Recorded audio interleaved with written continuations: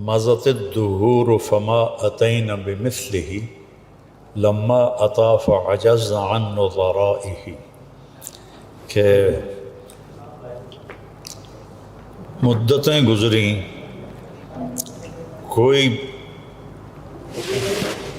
اس جیسا نہ آیا، اور جب وہ آیا تو زمانہ اس جیسا دوسرا لانے میں ناکام رہا۔ میری خواہش تھی پاکستان آنا اور مولانا طارق جمیل صاحب سے ملاقات کرنا ان کے گھر میں۔ الحمدللہ جو مولانا طارق جمیل صاحب کی محبت ہے لوگوں کے لیے، اور میں دیکھتا ہوں کہ وہ اکثر خود اول قدم رکھتے ہیں لوگوں سے ملنے کے لیے تاکہ محبت پیدا ہو جائے، تو یہ بات مجھے ان کی بہت پسند ہے۔ ڈاکٹر صاحب، انڈیا اگر آپ کے سارے معاملات ختم کر کے واپس بلائے تو آپ جائیں گے واپس؟ آپ کا کیا ارادہ ہے، یا ہجرت میں ہی رہیں گے؟ نہیں، انڈیا اگر موقع لیا دعوت دینے کا تو وہ تو میدان جنگ ہے، ہاں تو جانا ہی پڑے گا، لیکن جو دعوتی میدان میں میرا کام اور پھیلا ملیشیا میں رہنے سے، وہ تو کنٹینیو کروں گا۔ انڈیا جا کے دعوت دوں گا، پھر آؤں گا ہر سال میں 1 بار 2 بار 3 بار، تو مس تو کرتے ہو، اتنی بڑی تعداد میں غیر مسلمان سے مخاطب ہو سکتے ہو لوگ، اور دیکھے ہو تو غیر مسلم محبت کرتے مسلمان سے، اور مجھ سے بھی۔ وہ کچھ چند پولیٹیشین لوگ ہیں جو اپنے کرسی کے لیے نفرت پھیلاتے ہیں۔ جی ہاں، آپ کا یہ ماشاءاللہ جو ہے، آپ پینٹ کوٹ اور ٹائی کے ساتھ دین کی خدمت کریں، اس کا کیا راز ہے؟ تو کچھ لوگ کو یہ غلط فہمی ہے کہ ٹائی پہننا صلیب کی نشانی۔ چاروں اہم ماہ میں یہ ہے کہ اگر آپ دوسری کوئی ائمہ کو فالو کرتے غلط نہیں، آپ کر سکتے، تو میں کہتا ہوں آپ اگر ریسرچ کیے اور آپ کو پتہ چلا رفتن کرنا بہتر ہے تو آپ کرو، لیکن دوسرے پہ تھوپو مت۔ جب میں دعوت دیتا ہوں تو غیر مسلم جب امریکہ دیکھتے ہیں، ارے یہ سوٹ بوٹ ہے، پھر ٹائی ہے، ٹھکنے کے اوپر جوکر لگتا ہے۔ اور ڈاکٹر صاحب، ہم آپ سے معذرت خواہ بھی ہیں جو یہاں پہ آپ کو آ کے وضاحتیں دینی پڑنی ہے اسٹیج پہ پاکستان میں۔ آپ نے 11-15 لاکھ لوگوں کو مسلمان کے، یہاں پہ آپ اپنے ایمان کی وضاحت دے رہے ہیں کسی اسٹیج پہ۔ السلام علیکم جی، آج عالم اسلام کی 2 عظیم اور علمی شخصیات کی ملاقات ہوئی ہے، تو میں چاہ رہا ہوں کہ کیونکہ ایک بڑا اچھا موقع ہے تو دونوں کے تاثرات لے لیے جائیں۔ پہلے بھی ان کی ملاقات ہے مکہ میں، 2-2.5 گھنٹے کی طویل ملاقات ہو چکی ہے، تو سب سے پہلے کیونکہ میزبان مولانا طارق جمیل صاحب ہیں تو مولانا صاحب سے پوچھ لیتے ہیں کہ ان کے کیا تاثرات ہیں، کیا فیلنگز ہیں۔ ڈاکٹر صاحب ان کے گھر پہ تشریف لائیں۔ جی، بسم اللہ الرحمن الرحیم۔ تاثرات اور جو احساسات ہوتے ہیں ان کے سامنے ہمیشہ الفاظ تنگ پڑ جاتے ہیں، الفاظ کا دامن چھوٹا ہوتا ہے اور احساسات کی کوئی حد ہی نہیں ہوتی ہے۔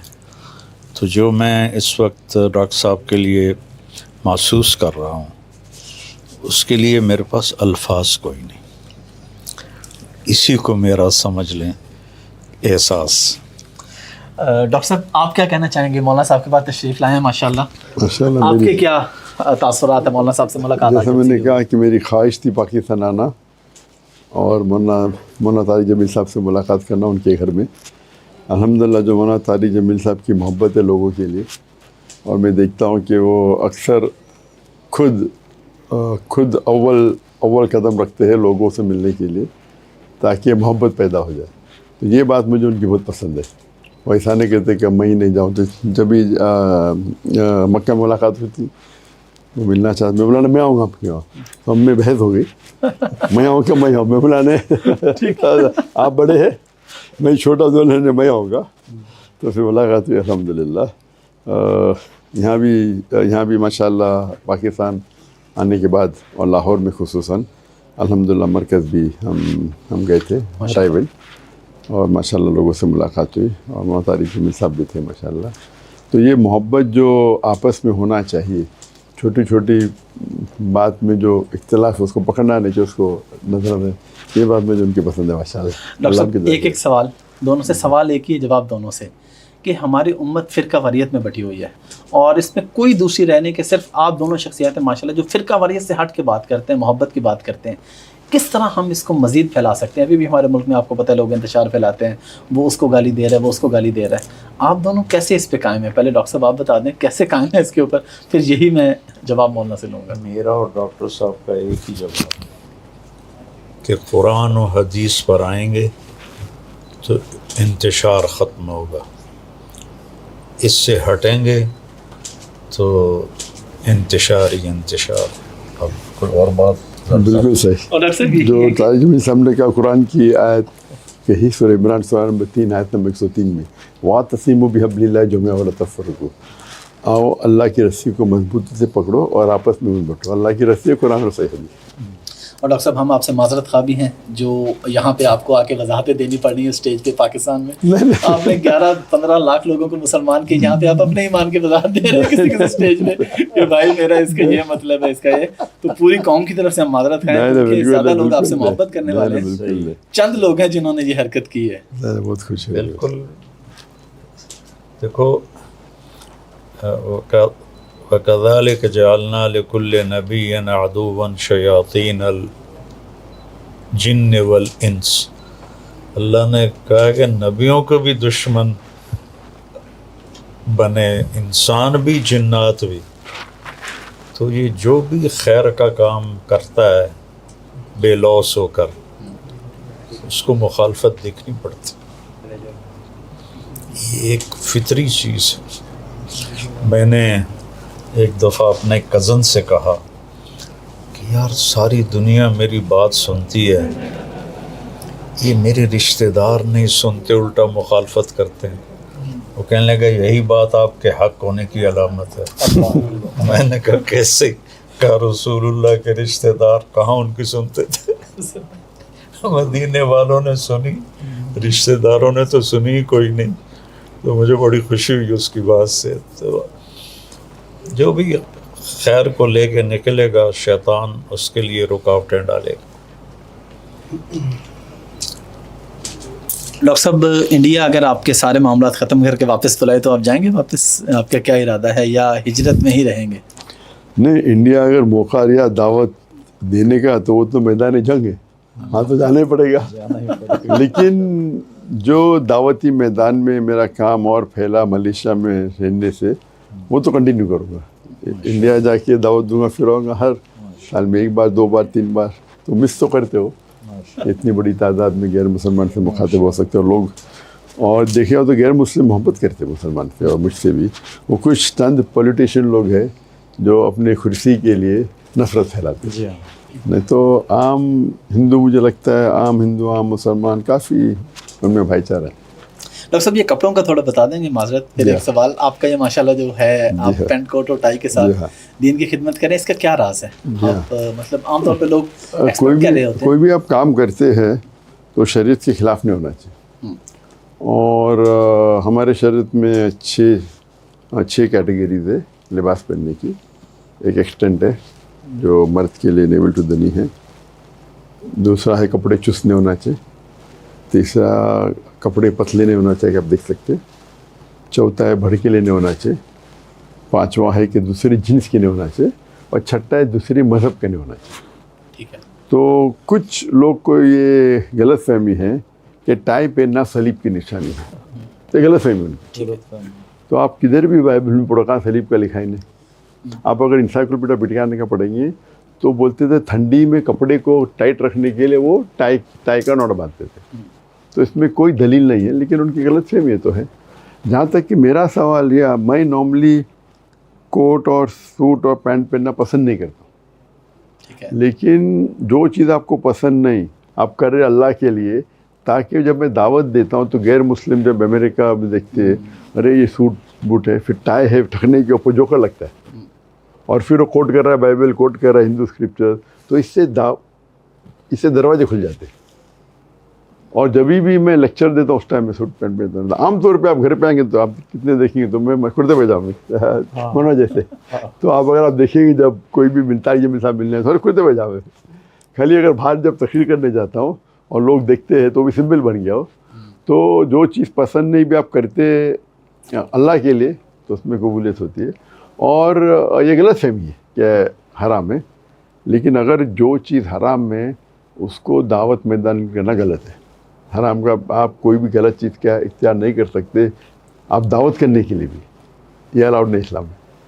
مولانا تھوڑا آپ بھی اسی پہ اگر بات کر دیں تو ہمارے ملک میں یہ جو ویٹیکن سٹی گیا تھا تو میں نے اس کا وزٹ کیا کہ وہ جو گرجا ہے وہاں بھی, تو جتنے پادری تھے کسی نے بھی